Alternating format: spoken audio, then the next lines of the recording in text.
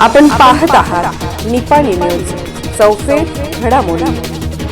बोरगाव फिरकंडावर मळा येथील श्री अरण्य सिद्धेश्वर मंदिर जैन मंदिर कामासाठी 36 लाखाचा निधी मंजूर।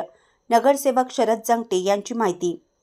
बेळगाव जिल्हा मध्यवर्ती बँकेचे अध्यक्ष अण्णासाहेब चोल्ले व माजी मंत्री व निपाणीच्या आमदार शशिकला चोल्ले यांच्या विशेष प्रयत्नातून बोरगाव येथील फिरकंडावर मळा परिसरात असणाऱ्या कुलदैवत श्री अरण्य सिद्धेश्वर मंदिर बांधकामास 15 लाख तर येथील जैन मंदिर बांधकामासाठी 21 लाखाचा निधी मंजूर झाला असून लवकरच या कामाला सुरुवात होणार असल्याची माहिती श्री हालसिद्धनाथ साखर कारखान्याचे संचालक व बोरगाव नगरसेवक शरद जंगटे यांनी दिली।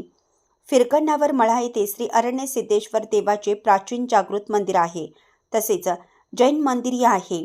अशा मंदिराचा जीर्णोद्धार होऊन मंदिराचे सुशोभीकरण करण्याच्या उद्देशाने येथील नागरिकांनी नगरसेवक शरद जंगटे यांच्याकडे मागणी केली असता लगेचच आमदार शशिकला चोल्ले यांच्याकडे या मंदिर बांधकामास जवळपास 36 लाखाचा निधी मंजूर झाला असून लवकरच मंदिर बांधकामाला सुरुवात होणार असल्याचं सांगितलं।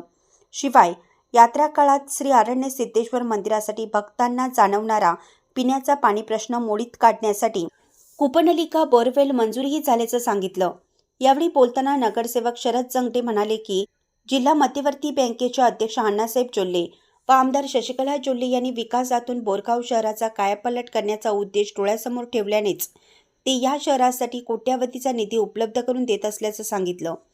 पत्रकार बैठकीत जितू पाटील, बी.के. महाजन, अजित तेरताळे, सचिन कोळी, बबन रेंताळे, शंकर गुरव, भरत कांबळे, किसन गोसावी, अमोल पाटील, सागर आलासे, राजू लटलटे, महावीर पाटील, भरत पाटील, संजू महाजन, फिरोज अपराज, भूपाल महाजन, राजू कुंभार यांच्यासह आणि मान्यवर नागरिक उपस्थित होते।